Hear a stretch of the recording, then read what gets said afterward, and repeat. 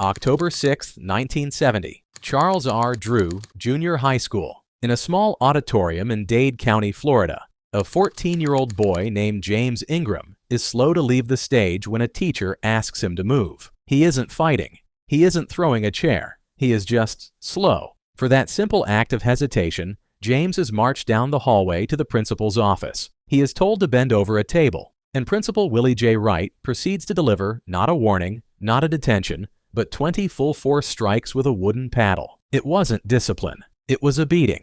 James suffered a hematoma so severe he couldn't sit comfortably for 3 weeks. His mother was horrified. She sued the school district, arguing that this was a violation of the Eighth Amendment, the one that forbids cruel and unusual punishment. She argued that if you can't beat a prisoner in a federal penitentiary like that, you certainly shouldn't be able to beat a 14-year-old boy in math class. The case went all the way to the Supreme Court. The highest court in the land looked at the photos of the bruises. They heard the testimony, and in a landmark 5-4 decision, they ruled that the principal was right. They said the Constitution protects criminals, but it does not protect school children.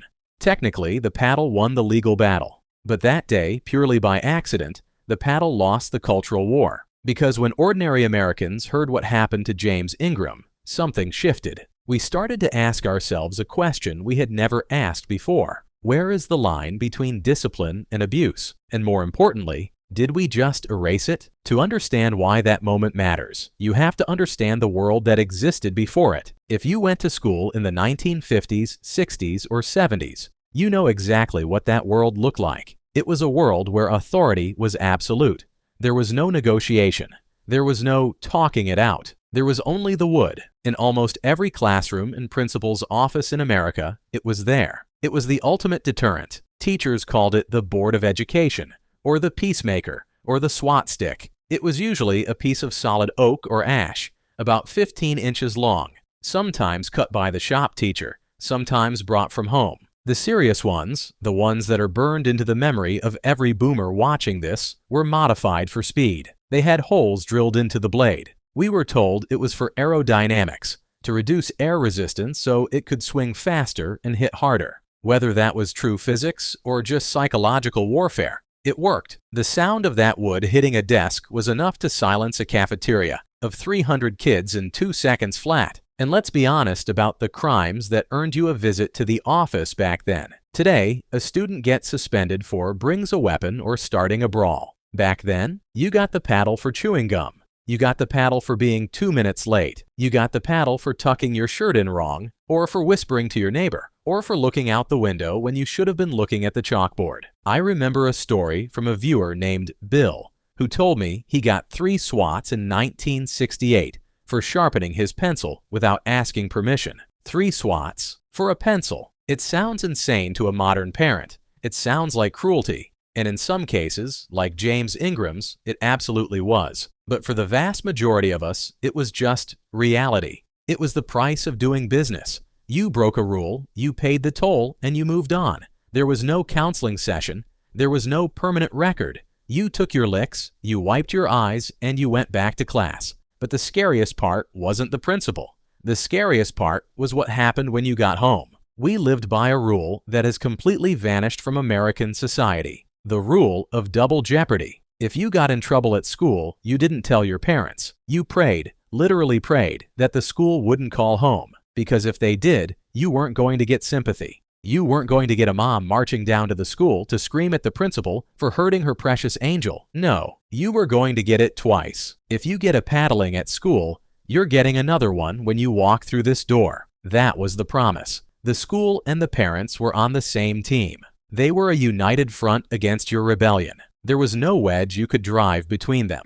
You couldn't play them off each other. The authority of the teacher was an extension of the authority of the father, and both of them were absolute. So what changed? It wasn't just the Ingram case. That was the spark, but the fuel was a massive cultural shift that hit America in the 1980s. We started seeing the rise of the self-esteem movement. Suddenly, child psychologists were on every talk show telling parents that negative reinforcement was damaging. They said that spanking created aggression. They said that humiliation was a toxic tool. We went from spare the rod and spoil the child to validate their feelings. And look, a lot of that came from a good place. Nobody wants children to be abused. Nobody wants a teacher taking out their bad marriage on a chaotic third-grade class. The zero tolerance for abuse was a necessary correction. But like so many things in history, we didn't just correct the problem. We swung the pendulum so hard to the other side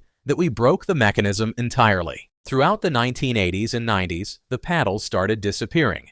It was a slow fade. First, districts required a witness. Then they required parental permission slips. Then they banned it entirely. The Board of Education was taken down from the wall. It was shoved into a desk drawer, then moved to a closet, and finally, unceremoniously, thrown into the dumpster behind the gym. And what replaced it? Timeouts, detention, stern talks. We replaced immediate physical consequences with delayed bureaucratic inconveniences. And kids, being smarter than we give them credit for, figured out the math instantly. If I talk back to this teacher, the worst that happens is I have to sit in a room for 20 minutes after school. For a generation raised on fear, that wasn't a punishment. That was a joke. By the time we reached the 2000s, the transformation was complete. The united front of parents and teachers was gone. In its place was a new dynamic: parents and students versus the teacher. We have all heard the stories. A teacher gives a student a bad grade,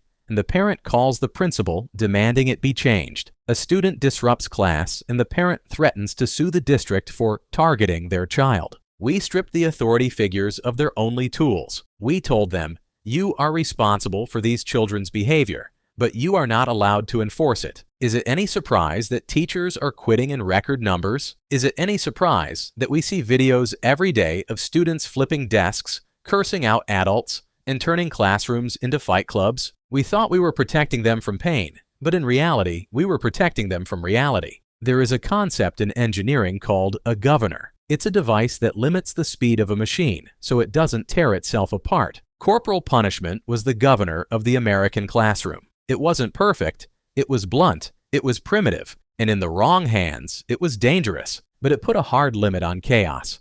When we removed it, we didn't replace it with something better. We replaced it with nothing. We left a vacuum, and human nature abhors a vacuum. Into that empty space rushed entitlement, disrespect, and a total lack of boundaries. Think back to that hallway again.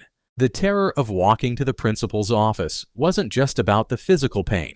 It was about the shame. It was about the knowledge that you had broken the social contract. You had disrupted the order of the tribe, and the tribe was exacting a penalty. That shame was a teacher. It taught us that our actions had weight. It taught us that the world does not care about our excuses. It taught us that if you touch the hot stove, you get burned. So maybe don't touch the hot stove. Today we have raised a generation that believes the stove isn't hot, or if it is, they can sue the manufacturer for not putting a warning label on it. So, was the paddle good? That is the wrong question. Violence against children is never good. The story of James Ingram proves that. No child should be beaten for being slow. But was the order it provided good? Was the respect it demanded good? Was the knowing that you were not the center of the universe good? Yes. We threw the baby out with the bathwater. We wanted to end the abuse, but we ended the discipline. We wanted to stop the bruises, but we stopped the learning. And looking at the state of American schools today, the noise, the chaos, the disrespect, it is hard to look back at those silent, orderly classrooms of 1970 and not feel like we lost something vital. The wood is gone, the bruises are healed, but the silence in the hallways, that never came back.